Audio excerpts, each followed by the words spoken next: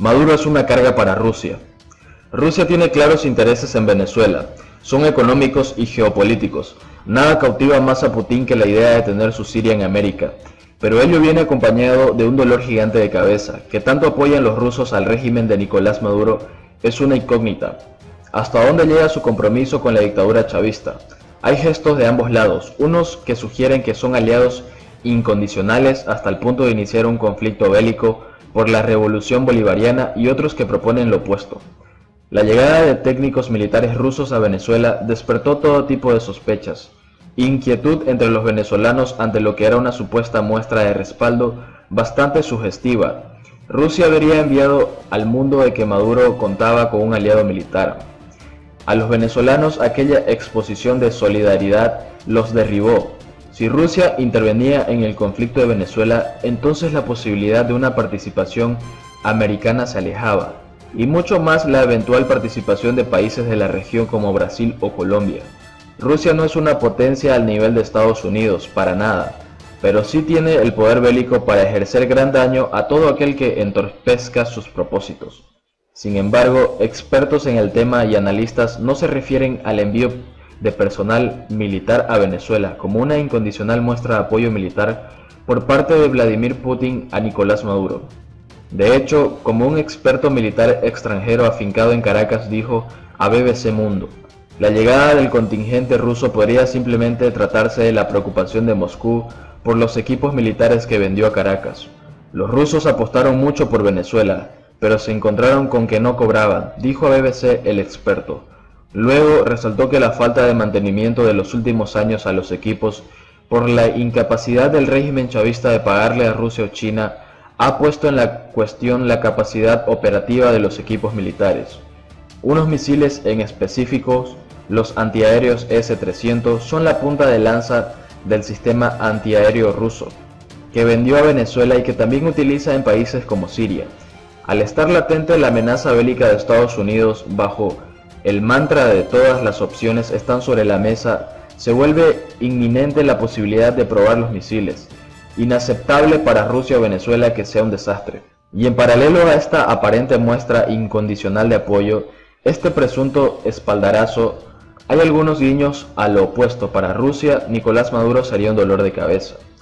Hace más de un mes, a finales de enero, una fuente anónima vinculada a la embajada de Rusia en Caracas dijo al Panam Post que Rusia no va a apoyar al chavismo mucho más de lo que ya lo ha apoyado. Rusia se desmarca de este juego. Los rusos ya están empezando a hablar de Maduro en pasado, dijo la fuente, quien señaló que si bien es cierto que el gobierno de Vladimir Putin tiene grandes intereses en Venezuela, como la gigantesca deuda, y están conscientes de que el gobierno legítimo de Juan Guaidó podría desconocerla, estarían pensando en acercarse a Guaidó y negociar con su gobierno legítimo.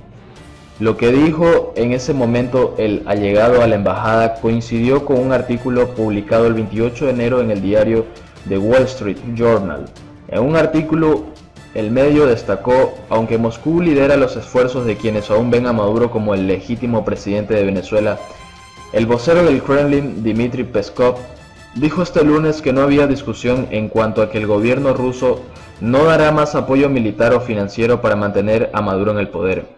Además de eso, ese 28 de enero el gobierno de Estados Unidos levantó las sanciones contra 3 empresas rusas controladas por un millonario relacionado al Kremlin.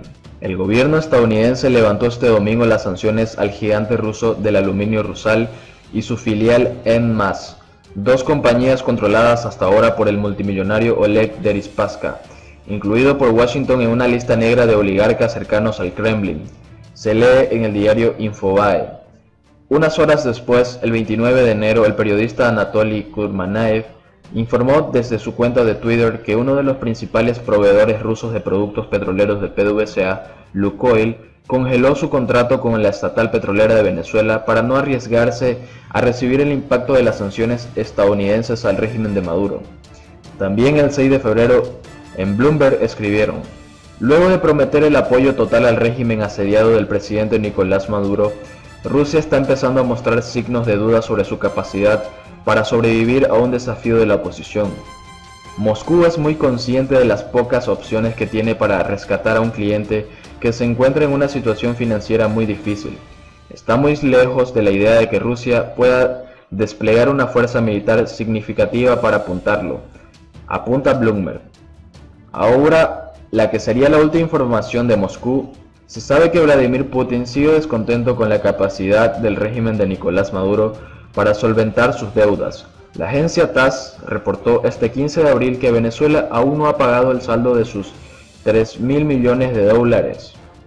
La deuda la debía pagar en marzo de este año. El pago se realizará probablemente, nosotros le informaremos, dijo este lunes el viceministro de Finanzas ruso, Sergei Storchak.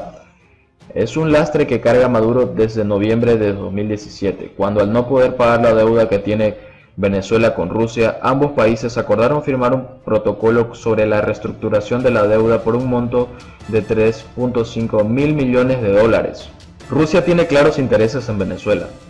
Son económicos y geopolíticos, como sus inversiones millonarias y la conquista de influencia en una región que no le pertenece. Nada cautiva más a Putin que la idea de tener su Siria en América, a pocos kilómetros de Florida. Pero ello viene acompañado de un dolor gigante de cabeza y de la provocación constante a una fiera como Estados Unidos. El antiguo director de PDVSA, Pedro Mario Burelli, quien viaja constantemente a Rusia y ha venido monitoreando el comportamiento de Putin ante el chavismo, sostiene que en Europa el régimen de Maduro no hallará a ningún aliado absoluto. Te aseguro que para los rusos Maduro es una carga pesada, son los primeros que se lo quieren quitar de encima, dijo Burelli al Panam Post. Quienes han tenido que lidiar con él en calidad de socios o prestamistas son los más desesperados. Dicho esto, no van a soltarlo sin recibir o intentar recibir algo a cambio, agregó el ex director de PDVSA.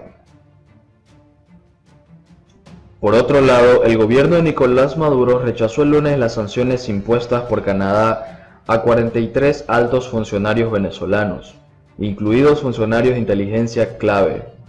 En un comunicado, el Ministerio de Relaciones Exteriores de Venezuela rechaza categóricamente la aplicación ilegal de medidas coercitivas por parte de Canadá y acusa al gobierno de Justin Trudeau de violar flagrantemente el derecho internacional al destruir la amistad histórica entre ambos países. Según la llamada Revolución Bolivariana, Trudeau, ansioso por ser leal a la agresión imperial de los Estados Unidos contra Venezuela, ha invalidado a Canadá como un actor confiable del diálogo, la diplomacia, paz y respeto a la democracia.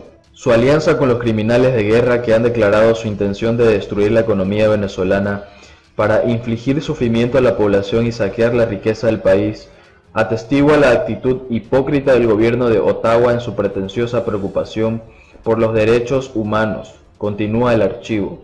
El gobierno venezolano también cree que los 4 conjuntos de sanciones impuestas por Canadá a docenas de funcionarios públicos muestran que son las ambiciones de las empresas las que subyacen a su apoyo calculado para la agresión política y económica contra Venezuela. La carta acusa a Trudeau de acompañar la guerra y la aventura criminal de Donald Trump, que el gobierno de Chávez considera el principal promotor de acciones contra él. Los sancionados incluyen a Manuel Gregorio Bernal Martínez, ex director del Servicio de Inteligencia boliviano, quien fue ascendido a mayor general en julio pasado, e Iván Rafael Hernández Dala, comandante de la Oficina de Contrainteligencia Militar. También está Manuel Ricardo Christopher Figuera, director del Servicio Nacional de Inteligencia Bolivariano, SEBIN, Ildemaro José Rodríguez Mucura, comisionado del SEBIN, y Rafael Enrique Bastardo Mendoza, comandante de una unidad de la Policía Nacional de Venezuela. En rondas anteriores de sanciones, Canadá ya había sancionado a 70 servidores públicos con medidas similares, lo que impedía que los individuos o entidades canadienses tuvieran relaciones financieras con individuos sancionados. Ottawa ha justificado la inclusión de otros 43, incluidos los gobernadores regionales, en la lista de sanciones porque son responsables del deterioro de la situación en Venezuela. La ministra de Relaciones Exteriores de Canadá, Chrystia Freeland, dijo en un comunicado: "Hoy Canadá está tomando medidas para garantizar que 43 países más respondan debido a su papel en el deterioro de la situación en Venezuela". Empieza a surgir en algunos círculos de economistas y encuestólogos del campo contrario al madurismo la afirmación de que Nicolás Maduro seguirá usurpando la presidencia de Venezuela. El valor que asignan a su salida varía entre 20 y 30%, lo que significa en términos cualitativos una posibilidad baja.